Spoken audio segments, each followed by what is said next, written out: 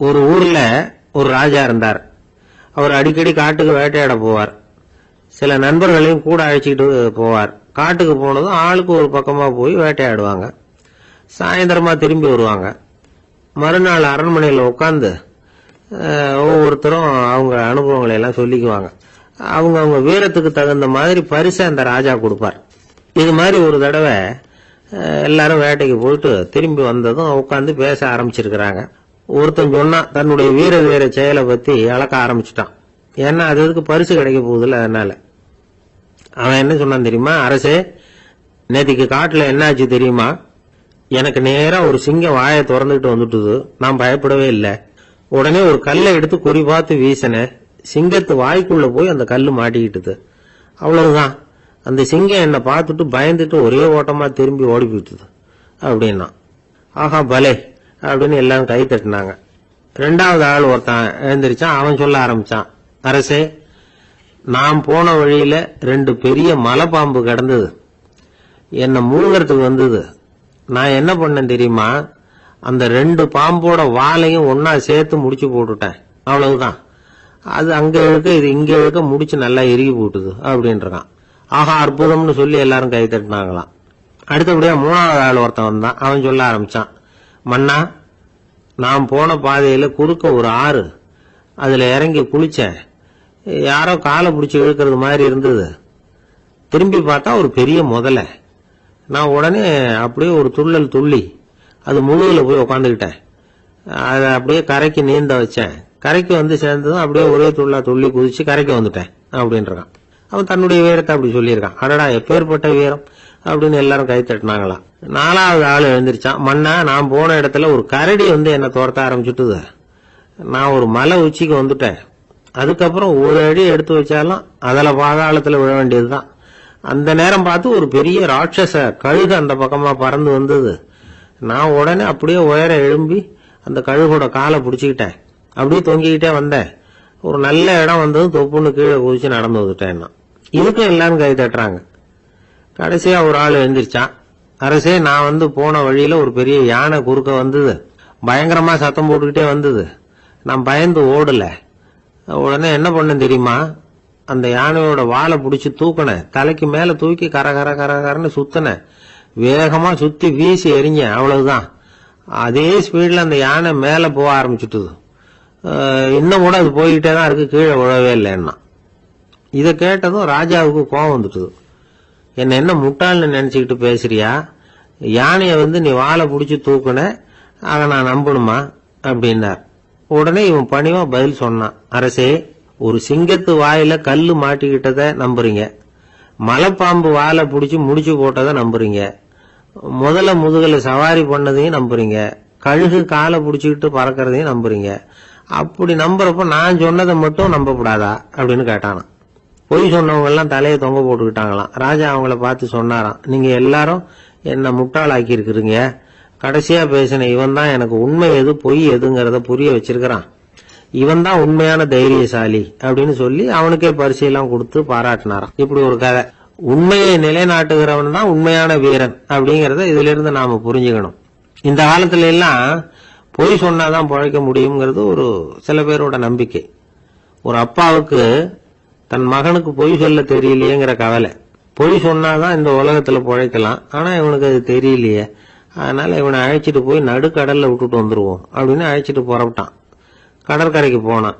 மகனுக்கு சந்தேகம், எங்கப்பா என்ன அழைச்சிட்டு போறேன்னு கேட்டிருக்கான். கடல்ல மீன் பிடிக்க கத்து கொடுக்க போறேன் உனக்கு அப்படின்னு. நான் ஏற்கனவே மீன் பிடிச்சிட்டேனேன்னா இவன் மகன். எங்க அதுன்னு கேட்டிருக்கான். அப்பங்காரன். சுட்டு சாப்பிட்டுட்டேன் இருக்கான் புள்ள. அப்பங்காரன் பார்த்தான், சரி நம்ம புள்ள பொழைச்சிக்கோ அப்படின்னு சொல்லி திருப்பி அழைச்சிட்டு வந்துட்டானா. இணை புரியாத 2 நண்பர்கள் இருந்தாங்களாம். 2 பேரும் விடாம சிகரெட் குடிக்கிறவங்க. அதுல ஒருத்தன் செத்து போட்டான். இன்னொருத்தன் அதுக்கப்புறம் 2 சிகரெட்டா குடிக்க ஆரம்பிச்சானா. ஏன் இப்படி பண்றேன்னு கேட்டிருக்காங்க. நான் ஒரு சிகரெட்டு தான் குடிக்கிறேன், செத்து போன என்னுடைய ஃப்ரெண்ட் இருக்கானே செத்து போனவன், அவனுக்காக இன்னொரு சிகரெட்டு குடிக்கிறேன் அப்படின்னு நானா. இது ரொம்ப ஆபத்து, விட்டுடு அப்படின்னு சொல்லியிருக்காங்க. சரின்னு ஒத்துக்கிட்டான். ஆனா அதுக்கப்புறமும் ஒரு சிகரெட் வீதமா குடிச்சுக்கிட்டே இருந்தான். சிகரெட் பழக்கத்தை நீ இன்னும் விடலையான்னு கேட்டாங்களாம்.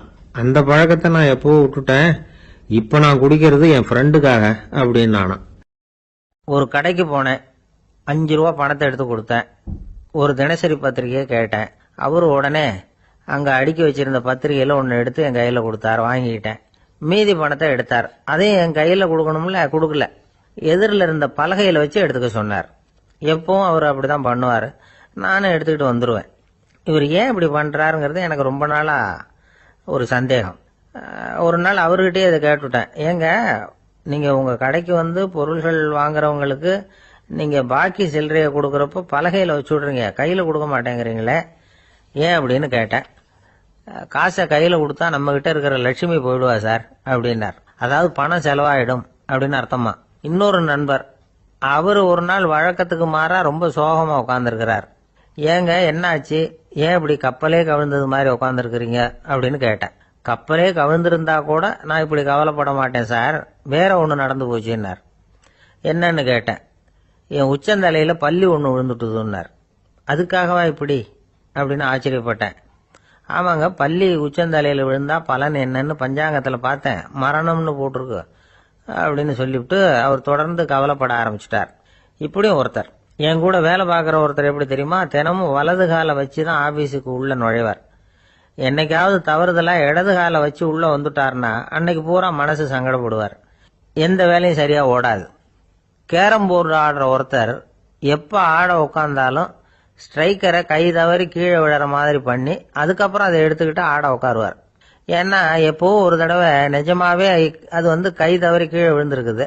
அன்னைக்கு பிரமாதமா ஜெயிச்சுட்டார். உடனே ஒரு முடிவுக்கு வந்துட்டார், கை தவறுனா லாபம் அப்படின்னு. அதுக்கப்புறம் அதையே பழக்கமாக்கிக்கிட்டார். பூனை குறுக்க போனா சகனம் சரியில்லைன்னு நினைக்கிறவங்க உண்டு. ஆனா ஒருத்தர் எப்படி தெரியுமா, அவர் வெளியில கிளம்புற சமயம் பக்கத்து வீட்டு ரேடியோவில் மியாவ் மியாவ் பூனை குட்டின்னு பாட்டு சத்தம் கேட்டா கூட போதும், சகனம் சரியில்லைன்னு பிரயாணத்தை கேன்சல் பண்ணிவிடுவார். இப்ப இவ்வளவும் எதுக்கு சொல்றோம்னா, அளவுக்கு மீறின சகுன நம்பிக்கைகள் இருக்கு பாருங்க, இதோட பயமும் சேர்ந்துகிட்டதுன்னு வச்சுக்கோங்க, இது ஒருத்தருடைய மனநிலையை பாதிச்சிடும். இது வந்து உளவியல் நிபுணர்கள் சொல்ற கருத்து. வாழ்க்கையே தடுமாற வச்சிரும். பாதுகாப்பு இல்லாத உணர்வு, ஒரு விதமான டிப்ரெஷன் மனநிலை, இதெல்லாம் தான் இதுக்கு காரணமா அமையலாம். சில பேர் காய்கறி நறுக்க கத்திய கையில் எடுத்தா கூட நேரம் சரியா இருக்கா அப்படின்னு பார்த்துட்டு தான் வேலையை ஆரம்பிக்கிறது வழக்கம். அறிவு தான் மனசுக்கு வாத்தியாரா இருக்கணும், அப்பதான் வாழ்க்கை வந்து நிம்மதியா இருக்கும். அறிவு வந்து மனசு சொல்றபடியெல்லாம் கேட்க ஆரம்பிச்சுட்டுதுன்னா இடைஞ்சல் தான். ஒருத்தருக்கு 7ஆம் நம்பர் தான் ராசியான நம்பரா, 7ஆம் தேதி தான் எந்த காரியத்தையும் ஆரம்பிப்பாராம். 7 எழுத்து வர்றது மாதிரி பேரை மாத்தி வச்சுக்கிட்டார். 7 மணிக்கு தான் தினமும் எழுந்திருப்பார். 7ஆம் நம்பர் வீட்டில் தான் குடியிருக்கார். கல்யாணம் கூட 7ஆம் தேதி தான் பண்ணிக்கிட்டார். அவர் ஒரு நாள் குதிரை பந்தயத்துக்கு போனாராம். குதிரையோட பேரையெல்லாம் பார்த்தார். ஒரு குதிரையோட பேர் 7 எழுத்துல அமைஞ்சிருந்தது. 7 தானே இவருக்கு அதிர்ஷ்ட நம்பர். அதனால உடனே அது பேர்ல பணத்தை கட்டினார். பந்தயம் நடந்தது. என்ன சார் ஆச்சுன்னு கேட்டாங்க. நான் பணம் கட்டின அந்த என்னோட குதிரை 7ஆவதா வந்து சேர்ந்தது சார் அப்படின்னா. ஒரு ஊர்ல ஒரு ஆள் இருந்தான். அவன் ஒரு நாள் கோயிலுக்கு போனான். கடவுள்கிட்ட வேண்டிக்கிட்டான், எனக்கு ஒரு 1 லட்சம் ரூபாய் நீ கொடுத்தா நான் உன் சன்னதியில ஒரு தேங்காய் உடைக்கிறேன் அப்படின்னு வேண்டிக்கிட்டான். கடவுள் பார்த்தார். உடனே அவன் கண் முன்னாடி தோன்றினார். இந்தா நீ கேட்ட 1 லட்சம் ரூபாய் அப்படின்னு சொல்லி அவன் கையில பணத்தை கொடுத்துட்டு மறைஞ்சிட்டார். இவனால நம்பவே முடியல, இவ்வளவு சுலபமா கிடைக்கும்னு தெரிஞ்சிருந்தா அனாவசியமா ஒரு தேங்காய் உடைக்கிறேன்னு வேண்டி இருக்க வேண்டியது இல்லையே அப்படின்னு நினைச்சான். இருந்தாலும் வேண்டுதலை நிறைவேற்ற வேண்டியது கடமை. அதுக்காக என்ன பண்ணா, பக்கத்துல ஒரு கடைக்கு போனான். ஒரு தேங்காயை கையில் எடுத்தான். இது என்ன விலைன்னு கேட்டான். 5 ரூபான்னார் கடையில இருந்தவர். அதிகமா இருக்குதே விலைன்னா.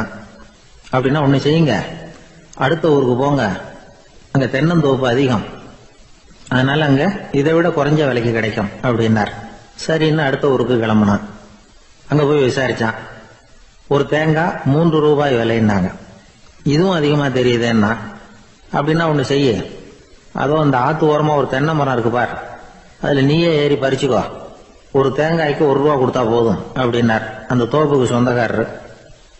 இவனுக்கு மரம் ஏற தெரியாது, இருந்தாலும் ஆசை யார விட்டுது, விலை சல்லிசா இருக்குதே.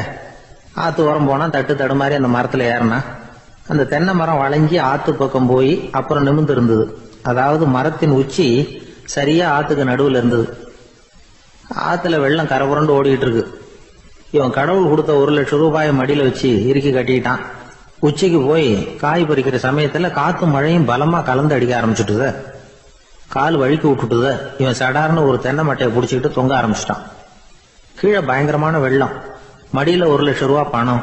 என்ன செய்யறதுன்னு தவிக்கிறான். இந்த சமயம் கரையில ஒரு யானை பாகன் யானையை குளிப்பாட்டிக்கிட்டு இருக்கிறான். அது அவன் கண்ணில் பட்டுது. ஐயா ஒரு உதவின்னு கத்தினான்.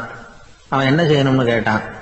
உன் யானையை மெதுவா இங்க அழைச்சிட்டு வா, எனக்கு நேரா கீழே நிறுத்து, என் காலை பிடிச்சி மெதுவா கீழே இறக்கி விட்டுரு, என் மடியில இருக்கிற பணத்துல உனக்கு 10,000 ரூபாய் தரேன் அப்படின்னா.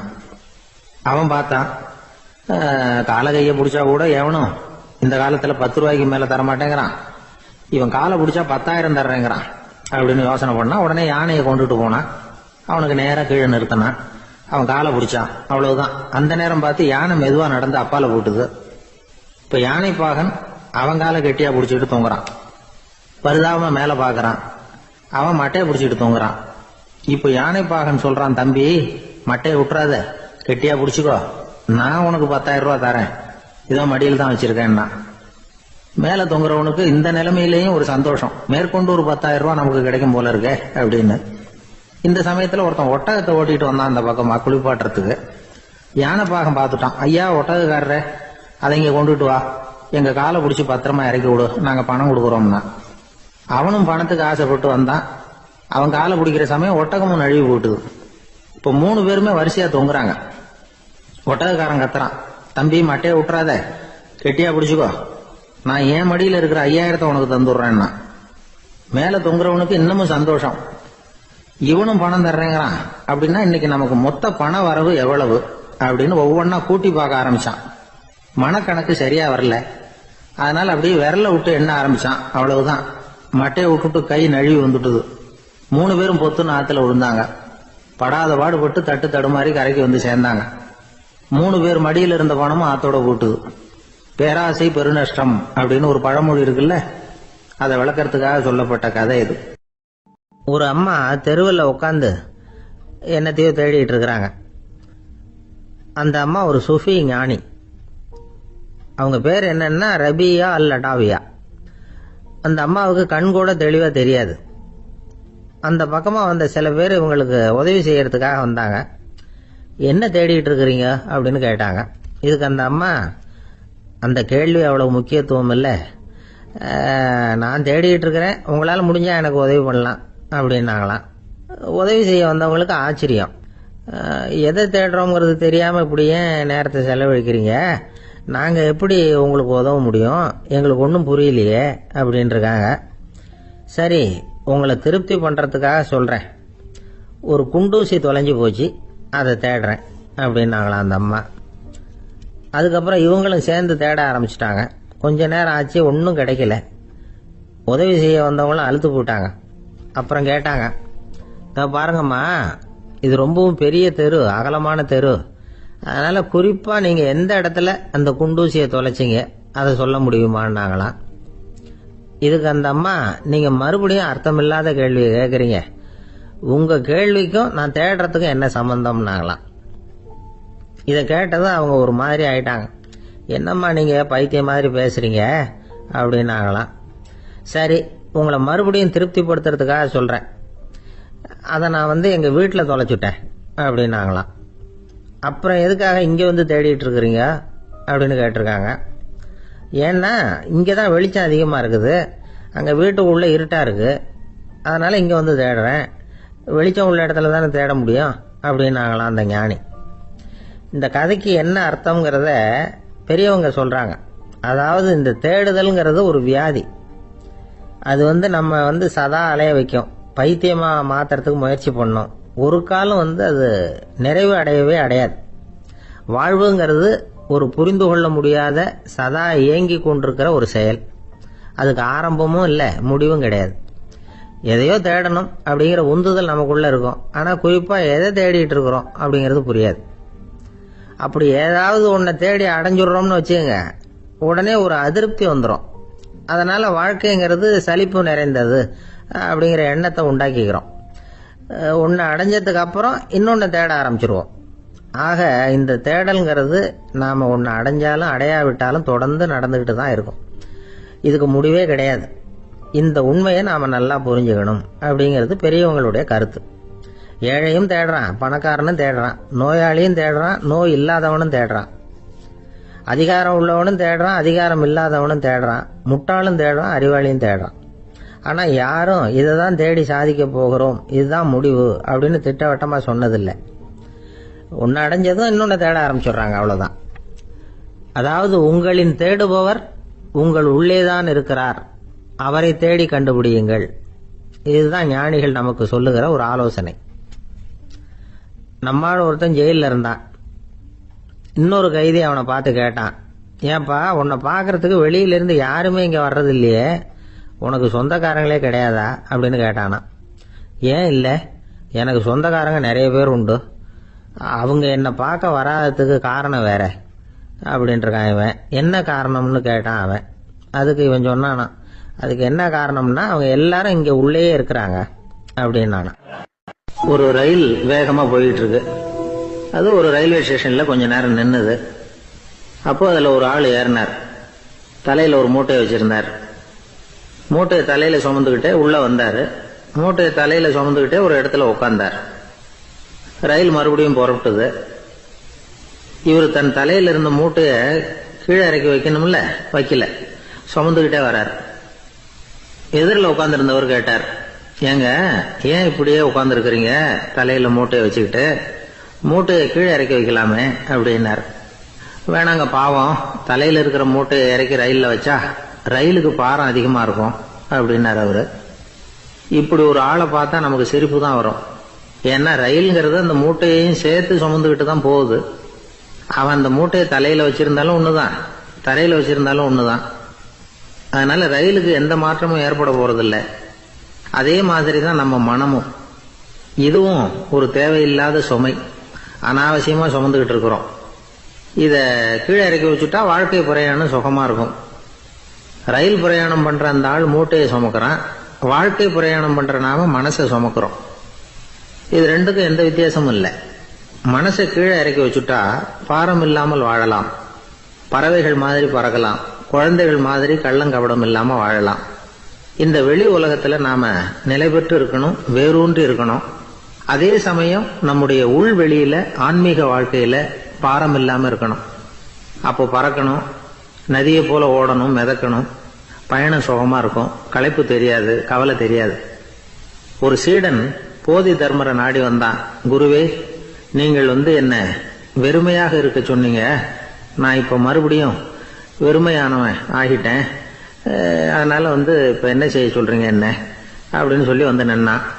உடனே அந்த குரு பக்கத்துல இருந்த ஒரு குச்சியை எடுத்து அவன் தலையில அடிச்சு, போய் அந்த வெற்றுத்தன்மையையும் வீசி எறிந்து விட்டு வா அப்படின்னார். நான் இப்போ காலியா இருக்கிறேன்னு ஒருத்தன் சொல்றான்னு வச்சுங்க, அது உண்மை இல்லை. ஏன்னா இன்னமும் அதுல நான்கிற எண்ணம் இருக்குது. எந்த சிந்தனையும் இல்லாம இருக்கிறது கடினம்தான். ஆனாலும் மனிதன் அதுல உள்ள நுட்பத்தை புரிஞ்சுக்கிட்டான்னா இவ்வளவு தூரம் தூக்கி சுமந்துக்கிட்டு வந்த அந்த மனதின் முட்டாள்தனத்தை அவனே பார்த்துட்டு சிரிப்பான். இதுதான் பெரியவங்க சொல்லியிருக்கிற ஆலோசனை. நம்மால் ஒருத்தன் தலையில ஒரு பெரிய மூங்கில் கூடையோட ரயில்ல உட்கார்ந்தான். கூட தலையில இருந்தது, கீழே இறக்கி வைக்கல. எதிரில் இருந்தவர் கேட்டார், ஏங்க எதுக்காக அதை அனாவசியமா சுமந்துகிட்டே இருக்கீங்க, கீழே இறக்கி வைங்களேன்னார். இல்லைங்க, நான் வீட்டை விட்டு புறப்படும் பொழுதே என் பையன் சொல்லிவிட்டான், கூடைய தலையை விட்டு இறக்கக்கூடாதுன்னு அப்படின்னார். அவன் சின்ன பையன், விவரம் இல்லாம சொல்லியிருப்பான். இப்ப என்ன நேரில் வந்தா பாத்துக்கிட்டு இருக்கிறான், நீங்க இறக்கி வைங்கன்னார் அவர். அவன் நேரில் பாத்துக்கிட்டு இல்ல, இருந்தாலும் நான் இந்த கூடையை கீழே இறக்கி வச்சா அது அவனுக்கு தெரிஞ்சிடும் அப்படின்னாரு இவர். அது எப்படின்னாரு அவர். அவன் தனக்கு டிக்கெட் வாங்க வேணாம்னு சொல்லி இப்ப இந்த கூடைக்குள்ளதான் உட்கார்ந்துருக்கிறான் அப்படின்னார் இவர். ஒரு தெருவில் சில சிறுவர்கள் விளையாடிக்கிட்டு இருந்தாங்க. ஏதோ ஒரு உயரமான கல்லை நடுத்தெருவில் வச்சு அதை சுத்தி சுத்தி ஓடி வந்துகிட்டு இருக்கிறாங்க. அது என்ன விளையாட்டோ அவங்களுக்கு தான் தெரியும். கொஞ்ச நேரம் அப்படி விளையாடிக்கிட்டு இருந்தவங்க விளையாடி முடிச்சதும் அந்த கல்லை நடுத்தெருவில் அப்படியே விட்டுட்டு அவங்கவுங்க வீட்டுக்கு ஓடி போட்டாங்க. அதுக்கப்புறம் அந்த வழியா 2 பெண்கள் பேசிக்கிட்டே வந்தாங்க. பேச்சு சுவாரஸ்யத்துல நடுத்தெருவில் இருந்த அந்த கல்லை கவனிக்கல. காலில் இடிச்சுட்டுது, லேசா ரத்தம் வந்துட்டுது, வலி தாங்கல. காலில் இடிச்சுக்கிட்ட பொண்ணு திட்ட ஆரம்பிச்சுட்டுது. வர வர ஊர் உலகம் ரொம்ப கெட்டு போச்சு, யாருக்கும் பொறுப்பே கிடையாது பாரு, இப்படி நடுத்தருவில் பொறுப்பு இல்லாமல் இப்படி கல்லை போட்டு வச்சிருக்கிறாங்களே, இது நியாயமா அப்படின்னு சொல்லி இந்த சமூகத்தை கடுமையாக விமர்சனம் பண்ணிட்டு அவங்க போயிட்டாங்க. கொஞ்ச நேரம் கழிச்சு ஒரு வாலிபன் அந்த வழியா வந்தான். அந்த கல்லை பார்த்தான், நின்னான், ஒரு நிமிஷம் யோசனை பண்ணான், என்ன பண்ணலாம்னு பார்த்தான். தன்னுடைய வீரத்தையும் பலத்தையும் காட்டணும்னு நினைச்சான். பின்னாடி போனான். அப்புறம் வேகமா ஓடி வந்து ஒரு சின்ன ஹை ஜம்ப் அப்படியே துள்ளி குதிச்சான். துள்ளி குதிச்சு தாண்டி அந்த பக்கமா போய் விழுந்தான். அப்படியே விசில் அடிச்சுக்கிட்டு அவன் பாட்டுக்கு நடந்து போறான். அடுத்தபடியா ஒரு காதல் ஜோடி அந்த வழியா வந்தது. நடுத்தெருவில் கல்லு கண்ணுல பட்டது. அவங்க 2 பேரும் ரொம்ப நெருக்கமா சேர்ந்து வந்துகிட்டு இருக்கிறாங்க. நடுவில் கல் இருக்கிறதுனால கொஞ்ச நேரம் 2 பேரும் விலகி மறுபடியும் இந்த பக்கம் வந்து சேர்ந்து போகணும். கொஞ்ச நேரம் நாம பிரிய வேண்டி இருக்குதே அப்படின்னு வருத்தத்தோட முணுமுணுத்துக்கிட்டே இந்த பக்கம் வந்தாங்க. அதுக்கப்புறம் வழக்கம் போல சேர்ந்து அவங்க பாட்டுக்கு எதிர்காலத்தை பத்தி கற்பனை பண்ணிக்கிட்டே போயிட்டாங்க. கடைசியா அந்த வழியா பார்வை இல்லாத ஒருத்தர் வந்துகிட்டு இருக்கார். அவர் கையில வழக்கமா வச்சிருக்கிற அந்த ஊன்றுகோல், கையில இருக்கிற அந்த ஊன்றுகோலால தனக்கு முன்னாடி அப்படியே தட்டிக்கிட்டு பாத்துக்கிட்டே அவர் மெதுவா நடந்து வந்துகிட்டு இருக்கிறார். வழியில இருக்கிற அந்த கல்லு தட்டுப்பட்டது. உடனே நடுத்தெருவுல ஒரு கல் இருக்குங்கிறத அவர் புரிஞ்சுக்கிட்டார். உடனே குனிஞ்சார். அந்த கல்லை தடவி பார்த்து எடுத்தார். தெரு ஓரமா கொண்டுட்டு போய் போட்டார். அதுக்கப்புறம் அவர் பாட்டுக்கு அவர் வழியில நடந்து போனார். இப்போ இதுல பல பேர் வந்தாங்க போனாங்க. இவங்கள பார்வை உள்ளவங்க யார், பார்வை இல்லாதவங்க யார்? இப்படி ஒரு கேள்வி கேட்டா என்ன பதில் சொல்ல முடியும்? கொஞ்சம் யோசிச்சு பார்த்தா இன்னைக்கு பல பேர் இப்படிதான் இருந்துகிட்டு இருக்கிறோம். ஒரு ஆள் பாக்கிறதுக்கு பெரிய மனுஷன் மாதிரி இருக்கார். ஒரு தெரு வழியா நடந்து வந்துகிட்டு இருந்தார். இருட்டு நேரம். வழியில ஒரு பெரிய கல்லு கிடந்தது, கருங்கல்லு. பார்த்தார். கொஞ்ச நேரம் யோசிச்சார். போய் தூக்கி பார்த்தா ரொம்ப கனமா இருந்தது. இன்னொரு ஆள் சேர்ந்தாதான் தூக்க முடியும். இவர் உடனே ரோட்டோரமா போய் ஒரு மரத்தடியில உட்காந்துக்கிட்டார். 2 பக்கமும் பார்த்துக்கிட்டே இருக்கார், யாராவது வர்றாங்களான்னு. கொஞ்ச நேரத்துல ஒருத்தர் வந்தார். இவருக்கு தெரிஞ்சவர். என்னங்க இந்த நேரத்துல இங்க உட்காந்துருக்கிறீங்கன்னு கேட்டார் அவர். அதோ அந்த கருங்கல் அப்படின்னு சுட்டி காட்டினார். ஓ, அதை தூக்கி ஓரமா போடணுமா? வாங்க 2 பேரும் தூக்கலான்னார் வந்தவர். நான் அதுக்காக உட்காந்துருக்கலன்னாரு இவர். பின்ன வேற எதுக்காகன்னாரு அவர். ஒரு மனுஷன் கருங்கல்லுல காலை இடிச்சுக்கிட்டான்னா எப்படி துள்ளுவான்னு பாக்கணுங்கிறது எனக்கு ரொம்ப நாளா ஒரு ஆசை. அதுக்காக தான் உட்காந்துருக்கிறேன் அப்படின்னாராம். ஒரு நாள் ஒரு தகப்பனார் தன்னுடைய பிள்ளைய அழைச்சிட்டு வந்தார். சார், இவன் சரியா படிக்க மாட்டேங்கிறான், பெரியவங்களை மதிக்க மாட்டேங்கிறான், நீங்க கொஞ்ச நாள் இவனுக்கு குருவா இருந்து நல்ல விஷயங்களை சொல்லி கொடுத்தா தேவையில்லைன்னார். பெரியவங்களையே மதிக்காதவன் எப்படி என்ன மதிக்க போறான் அப்படிங்கிறது நமக்கு யோசனை வரும் இல்லையா? வேணாங்க, என்ன விட்டுருங்க அப்படின்னோம். அவரு விட மாட்டேன்னு விட்டார். இல்லைன்னா அவரே சிஷ்யன் ஆயிடுவார் போல இருந்தது. சரி, வேற வழி இல்லாம அந்த பையனையே என்னுடைய சீடை நான் ஏத்துக்கிட்டு உபதேசம் எல்லாம் பண்ண ஆரம்பிச்சோம். அதாவது குரு பக்தின்னா அது எப்படி இருக்கணுங்கிறத பத்தி சொல்லி கொடுத்தோம் அவனுக்கு. சதமகர் அப்படின்னு ஒரு குரு இருந்தார். அவருக்கு ஒரு சீடர். அவன் பேரு துளசி சைதன்யன். நைஷ்டிக பிரம்மச்சாரி. தன்னுடைய குருவுக்கு எந்த நேரத்துல எது தேவைங்கிறத புரிஞ்சுக்கிட்டு சேவை செய்யறவன். ஆனா இவனை பத்தி மற்ற சீடர்களுக்கு பொறாம வந்துட்டுது. இவன் மட்டும் இப்படி இருக்கானேன்னு உடனே குரு கிட்ட போய் கோல் மூட்டினாங்க. அவன் சரியில்லை, அவன் நடந்துக்கிறது சரியில்லை, அப்படி இப்படின்னு எதையாவது சொல்லி. இருந்தாலும் இதையெல்லாம் அந்த குரு நம்பல. அவருக்கு தெரியும் யார் யார் எப்படின்னு. துளசி சைதன்யன் பெருமையை மற்ற சீடர்களுக்கு உணர்த்தணும் அப்படின்னு நினைச்சார். அதுக்கு ஒரு வழி பண்ணார். ஒரு நாள் சீடர்களை எல்லாம் கூப்பிட்டுக்கிட்டு ஒரு காட்டு வழியா போய்கிட்டு இருந்தார். அங்க ஒரு பெரிய மலை அருவி கொட்டிக்கிட்டு இருந்தது. குரு சீடர்கள் பக்கம் திரும்பினார். இந்த மலையின் மேலே இருந்து அந்த படுபாதாளத்துல குதிக்கிறதுக்கு உங்கள யார் தயார் அப்படின்னு கேட்டார். ஒரு சீடனும் ஆய திறக்கல, ஒதுங்கி நின்றுகிட்டாங்க. பின்னாடி மூட்டை முடிச்சோட வந்துகிட்டு இருந்தான் துளசி சைதன்யன். அவனை பார்த்தார். தபாரப்பா, நீ மேலே இருந்து அந்த அருவியில குதி அப்படின்னார். அப்படியே செய்யறேன் சுவாமின்னா ஓடி போய் பொத்துன்னு குதிச்சுட்டான். அடுத்த கணமே குருநாதர் தன்னுடைய யோக சக்தியால பறந்து போய் அவன் கீழே விழுந்துடாம தாங்கி பிடிச்சி கொண்டுகிட்டு வந்துட்டார். மற்ற சீடர்களுக்கெல்லாம் ஒரு மாதிரி ஆயிட்டுது. அடுத்தபடியா என்ன பண்ணலாம்னு யோசிச்சாங்க இவனை மாட்டி விடுறதுக்கு. ஒரு நாள் வெத்தலை அடிக்கிற ஒரு சின்ன உரலையும் உலக்கையையும் எடுத்து ஒளிய வச்சுட்டாங்க. சதமகர் சன்னியாசி இல்ல, அவர் வெத்தலை போடுவார். பல்லு சரியில்லை, அதனால இடிச்சுதான் வெத்தலைய போடணும். திடீர்னு வெத்தலை பாக்கு கேட்டார். வழக்கமா உரல்ல இடிச்சு தர்றதுதான் துளசியின் பழக்கம். உரலை தேடினா கிடைக்கல, என்ன பண்றது? குரு கேட்டுவிட்டார. குரு சேவை தானே முக்கியம். என்ன பண்ணா வெத்தலை பாக்க தன்னுடைய வாயில போட்டு முன்னும் அதை எடுத்து அவர்கிட்ட கொடுத்துட்டான். குரு எதையோ படிச்சுக்கிட்டே அதை வாங்கி வாயில போட்டுக்கிட்டார். துளசி, இன்னைக்கு தாம்பூலம் நல்லா இடிக்கப்பட்டிருக்கு, ருசியா வேற இருக்கு, அதை இடிச்ச பாத்திரத்தை என் கண்ணால பாக்கணும்னு ஆசையா இருக்குன்னுட்டார். அதை மட்டும் அனுப்பி போய் நீ வர வேண்டான்னு வேற சொல்லிவிட்டார். இதை கேட்டதும் துளசி தவிச்சு போயிட்டான். இவன் போகாம எப்படி வாயை மட்டும் அனுப்பி வைக்க முடியும்? இவன் தவிக்கிறத பார்த்ததும் மற்ற சீடர்களுக்கெல்லாம் மனசுக்குள்ள ரொம்ப சந்தோஷம். துளசி கொஞ்சமும் யோசிக்கல, வாழை எடுத்தான், தன்னுடைய தலையவே அப்படியே அறுத்து வெட்டி எடுத்தான், இன்னொரு சீடங்கிட்ட கொடுத்துட்டான், எடுத்துட்டு போன்னு சொல்லி கொண்டுட்டு போய் குரு முன்னாடி வைக்கிறாங்க. அந்த தலையில வாய் திறந்திருக்கு, வெத்தலை போட்டு முன்னு இருந்தது, தெரிஞ்சு போச்சு, சிவப்பா இருந்தது. அவனுடைய குரு பக்தியை இப்ப எல்லாரும் ஒத்துக்கிட்டாங்க. அதுக்கப்புறம் குரு சதமகர் தன்னுடைய அற்புத திறமையினால அந்த தலையை மறுபடியும் ஒட்ட வச்சுட்டார். துளசிக்கு உயிர் வந்துட்டுது. இப்படி ஒரு பெரிய கதை உண்டு. அதாவது துளசி சைதன்யன் அவனுடைய குரு பக்தி எப்படி அப்படின்னு கேட்டோம். ரொம்ப அபாரம் அப்படின்னு அந்த பையன் அடக்கமா, சும்மா விளையாட்டுக்காக தான் அப்படி அவங்கிட்ட கேட்டோம். ஏன்பா உன்னுடைய குரு பக்தியை என்கிட்ட காட்டுறதுக்கு உன்னோட கழுத்தை நீயே அறுக்கணும்னு நான் சொன்னா அதை நீ செய்வியா அப்படின்னு கேட்டோம். என்னுடைய கழுத்தை நானே அறுக்க வேண்டிய அவசியம் இல்லை சார் அப்படின்னா அவன். ஏண்டான்னு, அதே காரியத்தை தான் இனிமே நீங்க தினமும் செய்ய போறீங்களே சார் அப்படிங்கிறான். பந்திக்கு முந்தர ஆசாமிகள் நம்மள பல பேர் உண்டு. அப்படி முந்தறதுக்கு கூட முயற்சி பண்றவங்க நிறைய பேர் இருக்கிறாங்க. இதுல என்ன ஒரு விஷயம்னா, பந்திக்கு முந்தறது கூட தப்பு இல்லை. ஆனா அப்படி ஒரு விருந்துல ஆளா போய் உட்காந்து சாப்பிட்டா கூட வெளியில வர்றப்ப என்ன பெரிய விருந்து வச்சுட்டான், சாம்பார்ல உப்பு இல்லை, ரசத்துல காரம் இல்லை அப்படின்னு குறை சொல்லிட்டே வர்றது இருக்கு பாருங்க, அது சரியில்லை, நாகரிகமும் இல்லை. கல்யாண பத்திரிகையில என்ன போட்டிருக்குது, என் பொண்ணுக்கும் இன்னார் பையனுக்கும் கல்யாணம், எல்லாரும் குடும்பத்தோட வந்திருந்து மணமக்கள் ஆசீர்வதிக்கணும், இப்படித்தானே போட்டிருக்கோம். குடும்பத்தோட விருந்து சாப்பிட்டு சாப்பாடு எப்படி இருக்குன்னு அபிப்பிராயம் சொல்லிவிட்டு போங்க அப்படின்னா போட்டிருக்கு கல்யாண பத்திரிகையில. ஒருத்தர் வீட்டு விசேஷத்துக்கு போயிருக்கோம்னா எவ்வளவோ அசௌகரியங்கள் நமக்கு ஏற்படலாம். ஏராளமான கூட்டம் வந்திருக்கும். எல்லாரையும் அவங்க தனித்தனியா கவனிச்சுக்கிட்டு இருக்க முடியாது. நாம தான் அனுசரிச்சு நடந்துக்கணும். நாமளா போய் வாழ்த்த வேண்டியவங்களை வாழ்த்தி விட்டு சேரணும். அதை விட்டுட்டு பத்திரிக்கை கொடுத்தானேன்னு போனேன், கவனிப்பே சரியில்லை அப்படின்னு புலம்பிக்கிட்டு இருக்கக்கூடாது.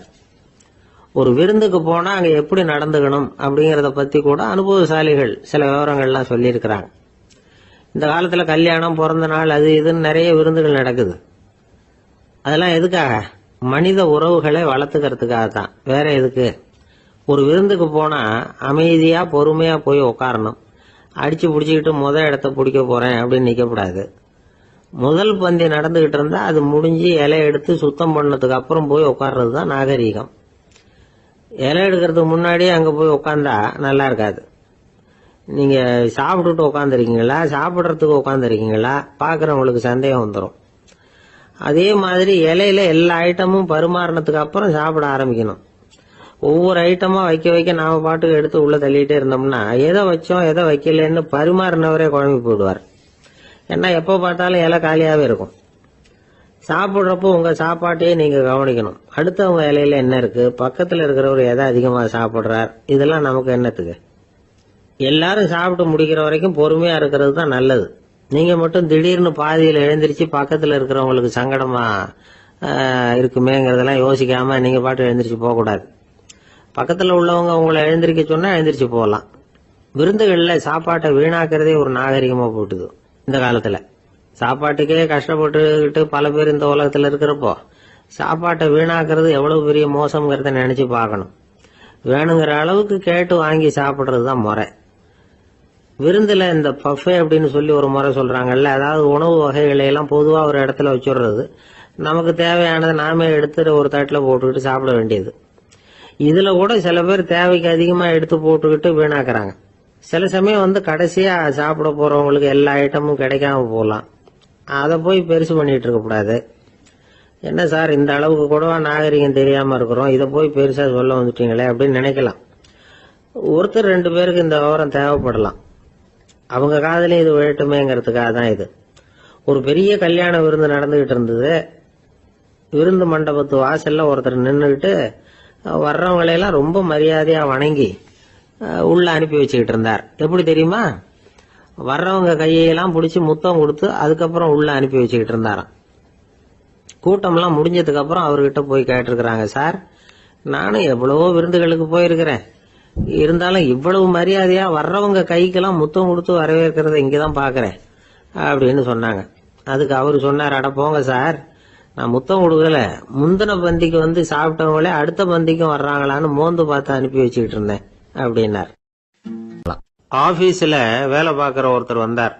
பேசாம ஒரு 10 நாள் லீவு போட்டுடலாமா பாக்குறேன் அப்படின்னார். ஏன்னு கேட்டோம். என்னுடைய மேலதிகாரி ஒரு முசுடு சார், அவர்கிட்ட வேலை பார்க்கறது ரொம்ப கஷ்டமா இருக்குது அப்படின்னார். ஆபீஸ்ல வேலை பார்க்கறவங்க எல்லாம் ஒரு விஷயத்த நல்லா ஞாபகத்துல வச்சுக்கணும்.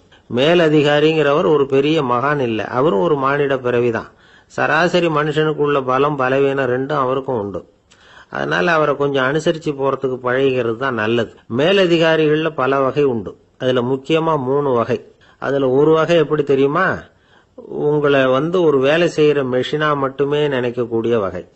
இவங்கெல்லாம் எப்படின்னா, எங்கேயாவது வெளியூர் போயிருந்தா கூட அங்கிருந்து போன் பண்ணுவாங்க, அந்த வேலை என்னாச்சு, இந்த வேலை என்னாச்சு அப்படின்னு. இவங்களுக்கெல்லாம் உங்க நலனை பத்தியோ உங்க குடும்பத்தை பத்தியோ அக்கறை இருக்காது. நீங்க சொல்ற யோசனை எதுவும் இவங்க கிட்ட எடுபடாது. கொடுத்த வேலையை பாரு, நீ எனக்கு புத்தி சொல்ல வேணாம் அப்படிம்பாங்க. இவங்களை அனுசரிச்சு போறதுக்கு ஒரே வழி, இவங்க எதை சொன்னாலும் சரின்னு சொல்லிவிட்டு வேலையை கவனிக்க வேண்டியதுதான். இவங்க கிட்ட வேற எந்த கேள்வியும் கேட்டுக்கிட்டு இருக்கக்கூடாது. ஆமா சாமி போடுறது கௌரவ குறைச்சல் இல்ல, அது ஒரு அலுவலக சௌகரியம், அவ்வளவுதான். இன்னொரு வகையான மேலதிகாரிகள் எப்படி தெரியுமா? இவங்கெல்லாம் ஆபீஸ் வேலையை பத்தி அதிகமா கவலைப்பட்டுக்கிட்டு இருக்க மாட்டாங்க. தங்களுடைய சொந்த இமேஜ் பாதிக்கப்படக்கூடாதுங்கிறதுலயே கவனமா இருப்பாங்க. இவங்கெல்லாம் அடிக்கடி உங்க நலனை விசாரிப்பாங்க. அதே மாதிரி நீங்களும் அவரை விசாரிக்கணும்னு எதிர்பார்ப்பாங்க.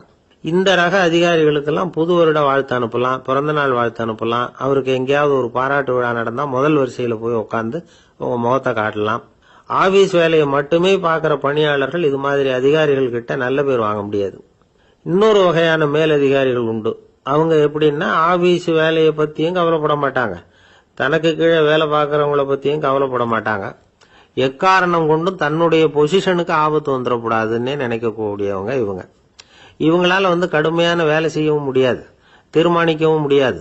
எந்த முடிவையும் எடுக்காம அப்படியே தள்ளி போட்டுக்கிட்டே போடுவாங்க எல்லாத்தையும். இதனால என்ன ஆகும்னா, இவருக்கு கீழே வேலை பார்க்கிற உங்களுக்கு பொறுப்பு அதிகமாயிடும்.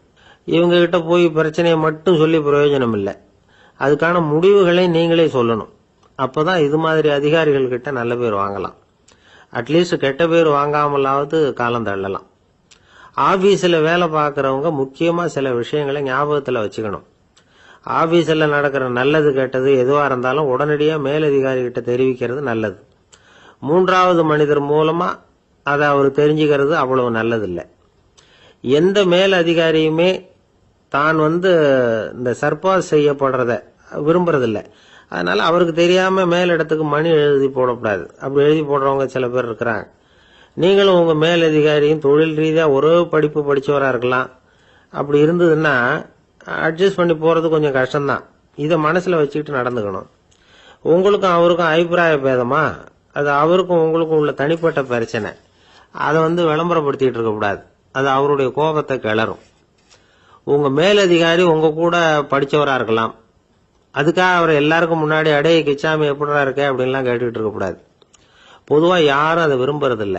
இவ்வளவையும் உங்க மனசுல வச்சுக்கிட்டு கொஞ்சம் சாமர்த்தியமா நடந்துகிட்டீங்கன்னா ஆபீஸ் வந்து உங்களுக்கு அவஸ்தையா இருக்காது, ஆனந்தமா இருக்கும். ஒரு மேலதிகாரி தன்கிட்ட வேலை பார்க்கிற ஒருத்தரை பத்தி ரொம்ப பெருமையா சொன்னாராம். எங்க ஆபீஸ்ல எவ்வளவோ பேர் வேலை பார்க்கறாங்க, எல்லாரும் தினமும் வந்து ஏதாவது பிரச்சனைகளை சொல்லிட்டு இருப்பாங்க. ஆனா இவர் ஒருத்தர் மட்டும்தான் இது வரைக்கும் என்கிட்ட வந்து எந்த பிரச்சனையும் சொன்னதே இல்லை. அவர் பாட்டுக்கு வருவார், வேலை பார்ப்பார், போயிடுவார் அப்படின்னாராம்.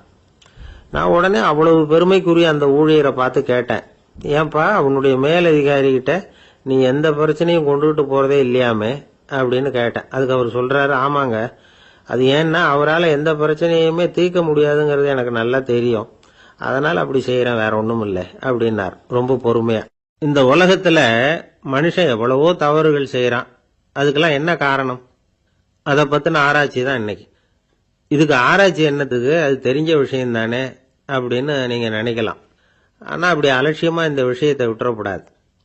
பொதுவா எல்லோரும் நினைக்கலாம் எது சரி எது தவறு அப்படின்னு தெரியாததுனாலதான் மனுஷன் தப்பு பண்றான் அப்படின்னு.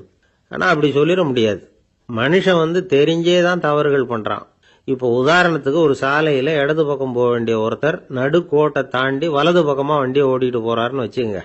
என்னப்பா இது தப்பு இல்லையா அப்படின்னு அவர்கிட்ட கேட்டா, அதெல்லாம் எனக்கு தெரியும், நீ உன் வேலையை பார்த்துட்டு போ அப்படிம்பார். வலது பக்கமா போறது தப்புன்னு தெரிஞ்சேதான் அவர் அப்படி செய்யறார், அப்படி போறார். பெரிய உத்தியோகத்தில் இருக்கிறவங்க கூட லஞ்சம் வாங்குறாங்க. அவங்களுக்கெல்லாம் லஞ்சம் வாங்குறது தப்புன்னு தெரியலன்னு அர்த்தம். திருடுறது தப்புன்னு தெரியாமலாம் மனுஷன் திருடுறான், நல்லாவே தெரியும். நீங்க வேணும்னா கேட்டு பாருங்க, வேற வழி இல்லை அதனால தான் திருடுறேன்பா. திருடுறது ஒரு புண்ணியமான காரியம்னு திருடனே கூட சொல்ல மாட்டான். திருடுறது தவறுங்கிறது திருடனுக்கு தெரியும் அப்படிங்கறத விளக்கறதுக்காக ஒரு பெரியவர் ஒரு கதை சொன்னார். அதாவது 2 திருடர்கள் 2 பேரும் சேர்ந்து ஒரு வீட்டுக்கு போய் ஒரு 10,000 ரூபாயை திருடிட்டு வந்துடுறாங்க. ஒரு காட்டு வழியா வந்துகிட்டு இருக்கிறாங்க. இன்னும் விடியல. 2 பேருக்கும் தூக்கம் கண்ணை சுத்துது.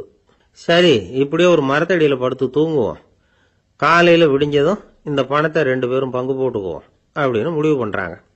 அதே மாதிரி படுத்து தூங்குறாங்க. நடு ராத்திரியில ஒரு திருடன் முழிச்சுக்கிறான்.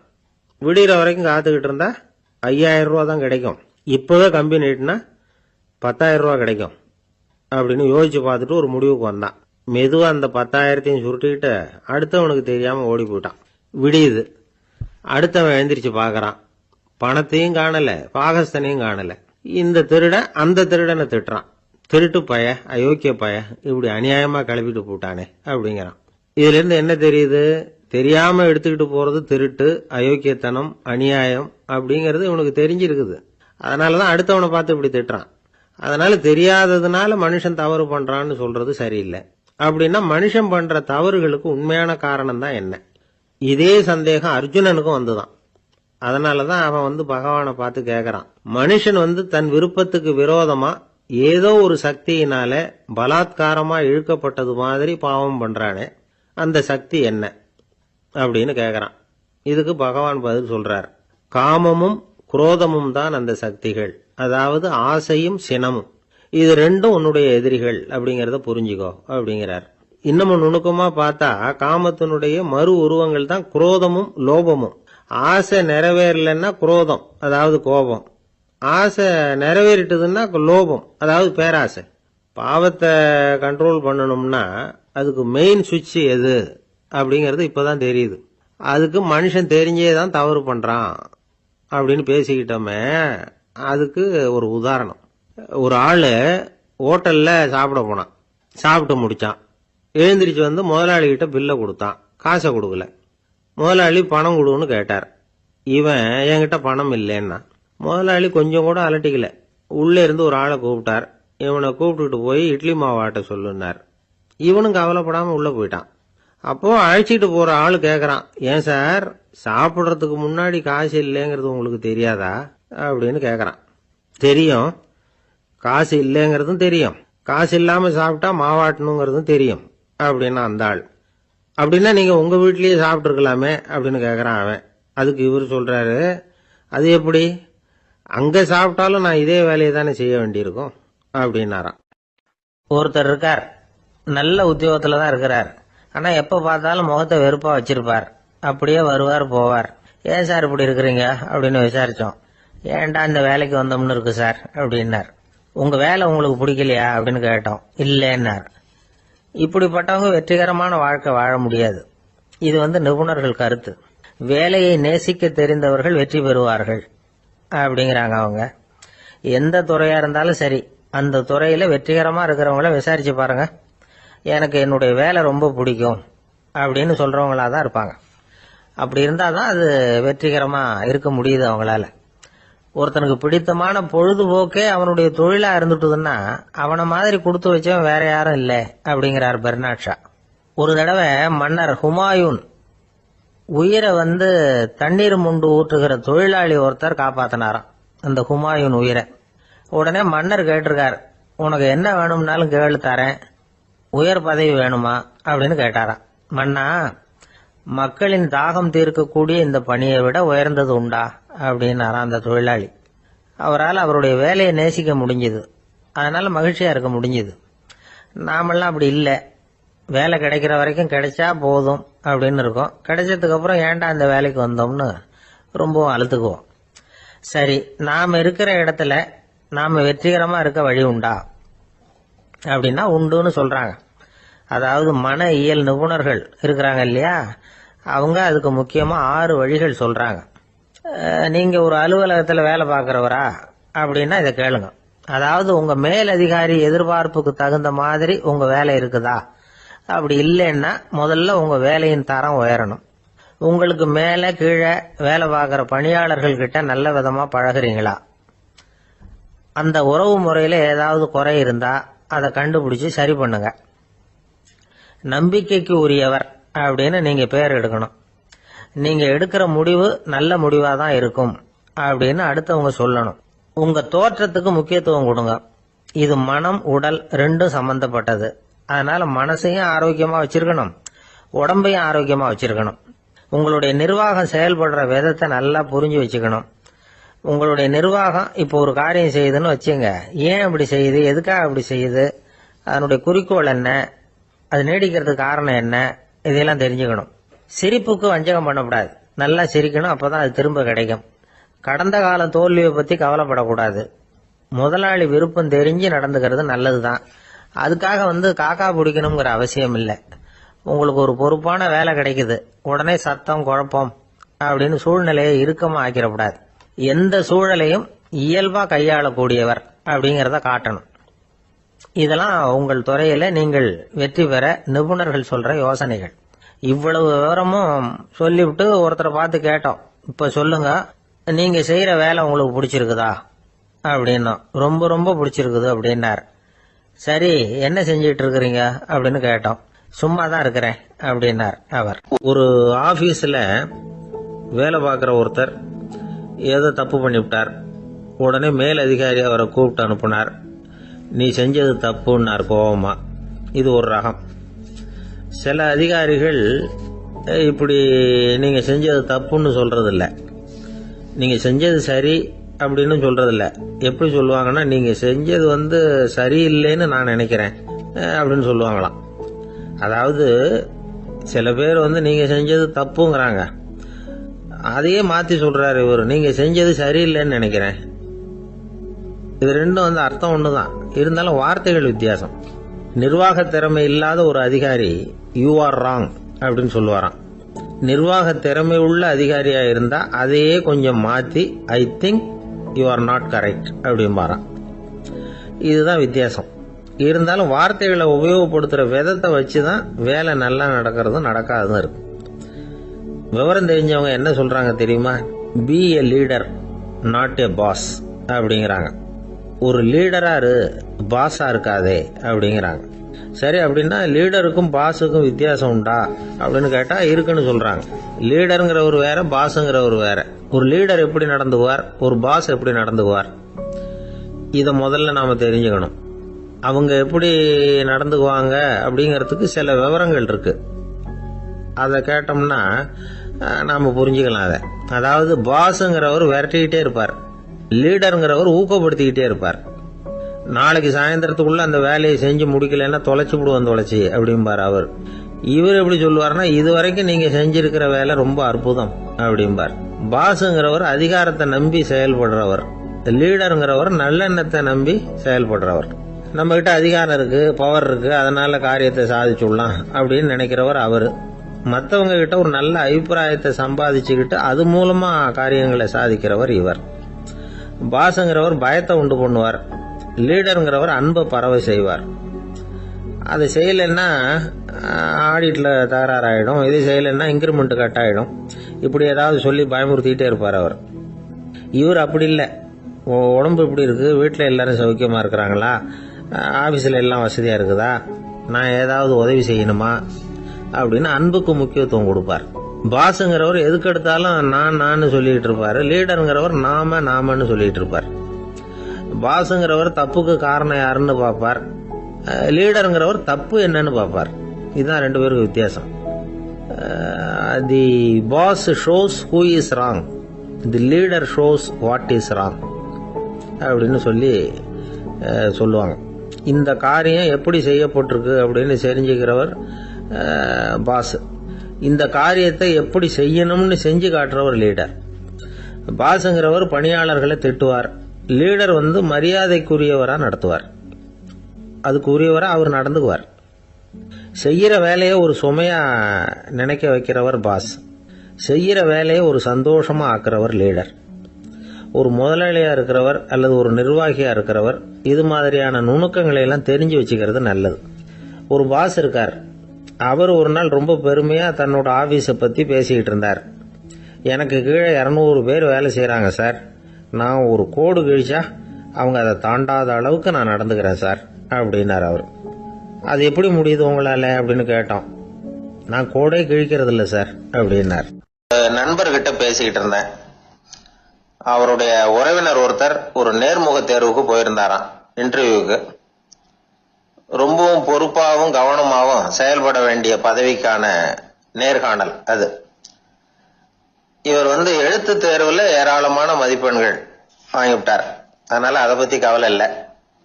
இப்ப நேர்முக தேர்வுல தேர்வு பெறணும். ஏராளமான சான்றிதழ்கள் வச்சிருந்தார். நேர்காணல்ல கேட்கப்பட்ட எல்லா கேள்விகளுக்கும் சரியான பதில தான் சொன்னார். இருந்தாலும் பாருங்க, அந்த நேர்முக தேர்வுல அவர் தேர்ந்தெடுக்கப்படல. என்ன காரணம் அப்படின்னு பின்னாடி விசாரிச்ச போதுதான் விவரம் தெரிஞ்சுதான். அது என்ன ஆயிருக்குதுன்னா, அந்த நேர்காணலின் போது இவர் நடந்துகிட்ட முறையில சில தவறுகள் நடந்து போச்சான். முக்கியமா 2 தவறுகள். ஒண்ணு, அவங்க ஒரு கேள்வியை கேட்டு முடிக்கிறதுக்குள்ளேயே இவர் பதில் சொல்ல ஆரம்பிச்சுட்டாராம். 2வது என்னன்னா, இவர் நாற்காலியில தாராளமா இயல்பா சாஞ்சி உட்காராம நாற்காலி முனையில உட்கார்ந்து இருந்தாராம். இந்த 2 விதமான செயல்பாடுகளும் இவர் அவசரப்படுறவர், பதற்றப்படுறவர் அப்படிங்கறதுக்கான அடையாளங்கள். அதாவது கேள்வியை கேட்டு முடிக்கிறதுக்குள்ளேயே முந்திக்கிட்டு பதில் சொல்றது. 2வது, நாற்காலியில இயல்பா தாராளமா உட்காராம நாற்காலி முனையில உட்கார்றது. பார்க்க போற வேலைக்கு அவசரம், பதற்றம் இது 2 இருக்கப்படாதான். அதனால மார்க் இருந்தும் சர்டிபிகேட் இருந்தும் அந்த வேலை வாய்ப்பு அவருக்கு கிடைக்கல. வேலை கொடுக்கறவங்க நம்ம கிட்ட இருந்து என்னதான் எதிர்பார்க்கறாங்க, இத தெரிஞ்சு வச்சுக்கிறது நல்லது. முதல்ல மற்றவர்களுடன் தொடர்பு கொள்ளும் திறமை, அதாவது எபிலிட்டி டு கம்யூனிகேட். நீங்க நினைக்கிறத அழகா தொகுத்து வகைப்படுத்தி சொல்ல தெரியுதான்னு பாப்பாங்க. உங்க திட்டங்களை அடுத்தவங்க ஏற்றுக்கொள்ளக்கூடிய விதத்துல வெளிப்படுத்துறதுக்கு உங்களால முடியுதான்னு பாப்பாங்க. இதுக்கு என்ன செய்யறது? குழப்பம் இல்லாம சிந்திக்கணும், குழப்பம் இல்லாம பேசணும். 2வது விஷயம் என்னன்னா புத்திசாலித்தனம், அதாவது இன்டெலிஜென்ஸ். ஏத்துக்க போற வேலையை நல்ல விதமா செய்ய முடியுமா உங்களால, அதை எந்தெந்த வழியில செய்யலாம் அப்படிங்கறத உங்களால தீர்மானிக்க முடியுமா, அந்த வேலைக்கான புது புது யோசனைகளை உங்களால சொல்ல முடியுமா அப்படின்னு பாப்பாங்க. இது இன்டெலிஜென்ஸ். 3வது தன்னம்பிக்கை, அதாவது செல்ஃப் கான்பிடன்ஸ். உங்களுக்கு அது உண்டா அப்படிங்கறத கவனிப்பாங்க. எந்த சூழ்நிலையையும் சமாளிக்கணும், எப்படிப்பட்ட மனிதர்களையும் சமாளிக்கிற தைரியம் வேணும், அடுத்தவங்களை நமக்கு சாதகமா திருப்பக்கூடிய தன்னம்பிக்கை வேணும். 4வது பொறுப்புகளை முன்வந்து ஏற்றுக்கொள்ளுதல், வில்லிங்னஸ் டு அக்செப்ட் ரெஸ்பான்சிபிலிட்டி. பொறுப்புகள்ல இருந்து நழுவி போக ஆசைப்படாம செஞ்சு முடிக்கணும். 5வது முன் வருதல், இனிஷியேட்டிவ். வேலையோட முக்கியத்துவம் உணர்ந்து அதை ஏத்துக்கிட்டு தகுந்த நடவடிக்கைகளை தயங்காம எடுக்கிறதுக்கு முன் வரணும். 6வது என்னன்னு கேட்டீங்கன்னா தலைமைத்துவம், லீடர்ஷிப். 4 பேருக்கு தலைமை தாங்கி நல்ல விதத்துல நடந்துக்க தெரியுதா. 7வது கற்பனை திறன், இமேஜினேஷன். சில பிரச்சனைகள் வரக்கூடும் அப்படின்னு முன்கூட்டியே யூகிச்சு அதுக்கு தகுந்த மாதிரி நடவடிக்கை எடுக்கிற திறமை உண்டா அப்படிங்கறத பாப்பாங்க. 8வது என்னன்னா வளைந்து கொடுத்தல், பிளெக்சிபிலிட்டி. சூழ்நிலைக்கு தகுந்த மாதிரி, மாற்றங்களுக்கு தகுந்த மாதிரி அனுசரிச்சு நடந்துக்கிறதுக்கு தெரியுதா உங்களுக்கு அப்படிங்கறத கவனிப்பாங்க. அடுத்தது திறமைகளை வெளிக்கொணரும் திறமை, இன்டர்பர்சனல் ஸ்கில்ஸ். அடுத்தவங்க கிட்ட இருக்கிற திறமையை கண்டுபிடிச்சு அதை நல்ல விதத்துல ஊக்கப்படுத்தி பயன்படுத்த தெரியுதா அப்படின்னு பாப்பாங்க. 6வது சுய அறிவு, செல்ஃப் நாலேஜ். அடுத்தவங்க நம்மளை பத்தி என்ன நினைக்கிறாங்க அப்படிங்கறத நம்மால புரிஞ்சுக்க முடியுதாங்கிறது முக்கியம். அடுத்தது போட்டி மனப்பான்மை, காம்படிட்டிவ்னஸ். அடுத்தவங்களை ஒப்பிட்டு பார்த்து அதை விட ஒரு படி மேல வரணுங்கிற குணம் வேணும். இதுக்கு அடுத்தது என்னன்னா குறிக்கோளை வெல்லுதல், கோல் அச்சீவ்மெண்ட். குறிக்கோளை சவாலா எடுத்துக்கிட்டு அதை அடையணும். அப்புறம் வேறுபட்ட திறமைகள், ஒகேஷனல் ஸ்கில்ஸ், பதவிக்கு வேண்டிய திறமைகள் தவிர மற்ற திறமைகள் எதுவும் உண்டாங்கிறது முக்கியம். நமக்கு வேலை கொடுக்கணும்னு நினைக்கிறவங்க நம்ம கிட்ட இருந்து இவ்வளவும் எதிர்பார்ப்பாங்க. அதுக்கு தகுந்த மாதிரி நம்மளை நாமே தயார்படுத்திக்கணும்.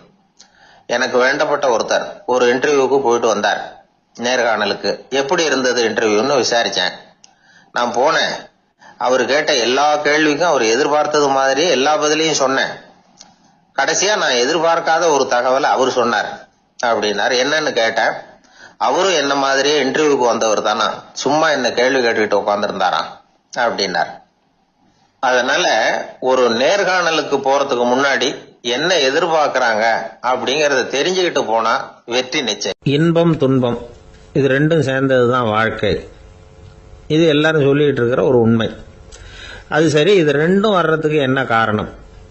துறவி ஒருத்தர் யோசிச்சு பார்த்திருக்கார். இன்ப துன்பம் தோன்றுவதற்கு முக்கியமா 6 காரணங்கள் உண்டு அப்படிங்கிறார் அவர். அது என்னங்கிறத நாமளும் தெரிஞ்சு வச்சுக்குவோமே. இப்ப முதல் காரணம் சுயநலம். ஒரு தாயார் தன்னுடைய சுயநலம் கருதி தன்னுடைய மகன் இன்பமா இருக்கணும்னு ஆசைப்படுறாங்க. மகனும் அப்படியே ஆசைப்படுறான். அதனால தாயாரின் இன்ப துன்பங்களை பார்த்துட்டு மகனும் இன்ப துன்பம் அடையிறான். அந்த அம்மாவுக்கும் அதே நிலைமை தான். 2வது காரணம் உறவு. நான் துறவியான பிறகு கூட உறவுங்கிற காரணத்தினால தான் தாயாருடைய சுக துக்கங்களை கண்டு நானும் சுக துக்கம் அடைகிறேன். என் தாயாருடைய நிலைமையும் இதுதான் அப்படிங்கிறார் ஒரு துறவி. 3வது காரணம் என்னன்னா அறிமுகம். எனக்கு அறிமுகமான ஒருத்தரை ரயில் நிலையத்தில் சந்திக்கிறேன். அவர் தன்னுடைய பணப்பையை எங்கேயோ தொலைச்சி விட்டு வருத்தப்பட்டு இருக்கிறார். நானும் வருத்தப்படுறேன். அந்த சமயத்தில் யாரோ ஒருத்தர் இதுதானே அவங்க பணப்பை அப்படின்னு சொல்லி கொண்டாந்து நீட்டுறார். பணப்பையை தொலைச்சவர் சந்தோஷப்படுறார். நானும் சந்தோஷப்படுறேன். இது அந்த துறவி சொல்ற அனுபவம். 4வது காரணம் என்னன்னா கருணை. எனக்கு முன்னே பின்ன தெரியாத ஒருத்தனை யாரோ ஒருத்தன் அடிச்சு காயப்படுத்தி போடுறான். கருணை காரணமா நான் அதுக்காக துக்கப்படுறேன். 5வது காரணம் எதையும் நம்புறது.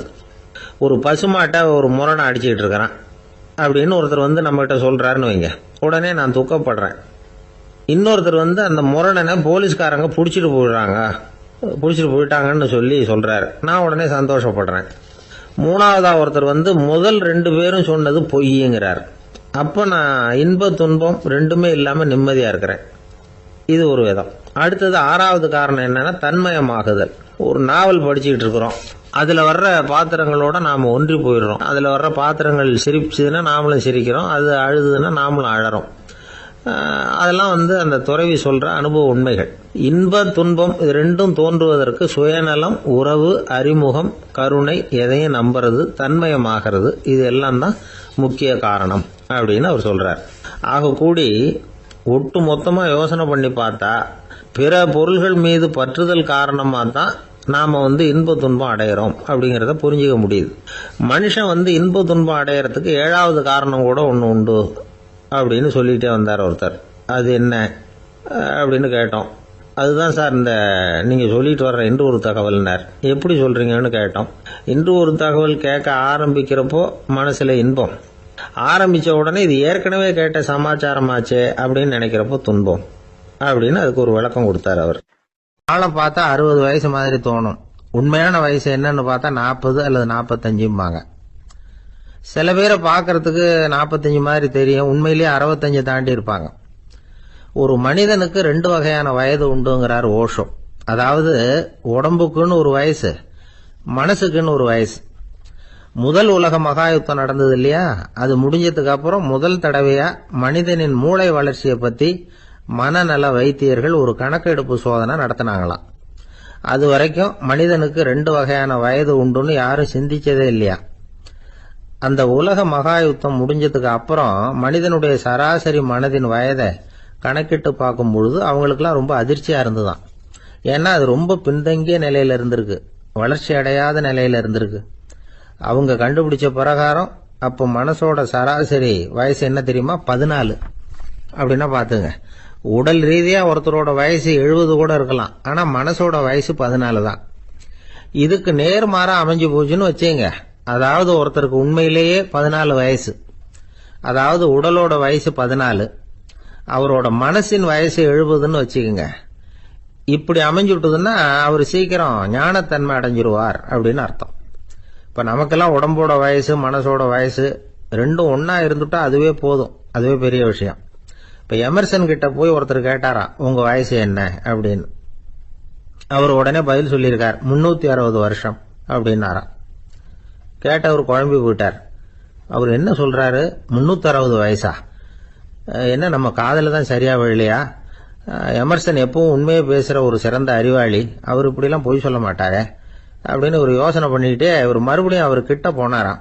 ஐயா, நீங்க சொன்னது சரியா என் காதல விழல, அதனால மறுபடியும் கேட்கிறேன், உங்க வயசு என்ன அப்படின்னாராம். எமர்சன் மறுபடியும் சொல்லியிருக்கிறார், 360 வருஷம்னு. வந்தவருக்கு உண்மையிலேயே அதிர்ச்சியா போட்டுது. அதுக்கப்புறம் மெதுவா ஆரம்பிச்சாராம், ஐயா நீங்க சொல்றதை என்னால ஏத்துக்க முடியாது. எப்படி பார்த்தாலும் இப்போ உங்களுக்கு வயசு ஒரு 60க்கு மேல இருக்காதுன்னு நினைக்கிறேன் அப்படின்னாராம். நீங்க சொல்றது சரிதான், அது என் உடம்போட வயசுன்னாராம் எமர்சன். அப்படின்னா ஏற்கனவே நீங்க சொன்னது அப்படின்னு கேட்டிருக்காரு, அது என் மனசோட வயசு அப்படின்னாராம். நம்மளை பொறுத்த வரைக்கும் அறிவு தூசு படிஞ்சிருக்கு, அது மாதிரியே அன்பும் மாசுபட்டிருக்கு. இது ரெண்டையும் சுத்தம் பண்ண வேண்டியிருக்குது. அப்பதான் நாம சரியான வயசுல வாழ முடியும். ஒரு ஆசாமி இருக்கிறார், அவருக்கு உடம்போட வயசு அதிகம், மனசோட வயசு ரொம்ப குறைச்சல், குழந்தை மாதிரி. அவர் ஒரு ஆஸ்பத்திரியில படுத்திருக்கிறார். நர்சம்மா எல்லாருக்கும் மருந்து கொடுத்துட்டு போறாங்க. கொஞ்ச நேரம் கழிச்சு திரும்பி வந்தாங்க. அப்ப இவர் அந்த அம்மாவை கூப்பிட்டு சொல்றார், இத பாருங்க சிஸ்டர், நீங்க எல்லாருக்கும் சின்ன சின்ன மாத்திரையா கொடுத்துட்டு எனக்கு மட்டும் நீளமான மாத்திரையா கொடுத்துட்டீங்க. முழுங்கறதுக்கு ரொம்ப கஷ்டமா போச்சு. இனிமே எனக்கும் சின்ன மாத்திரையா கொடுங்க சிஸ்டர் அப்படின்னாராம். அந்த அம்மா உடனே அதிர்ச்சியாகி தலையில அடிச்சுக்கிட்டாங்களாம். நான் கஷ்டப்பட்டு மாத்திரையை முழுங்கினத்துக்கு நீங்க ஏமா தலையில தட்டிக்கிறீங்க அப்படின்னு கேட்டிருக்காரு.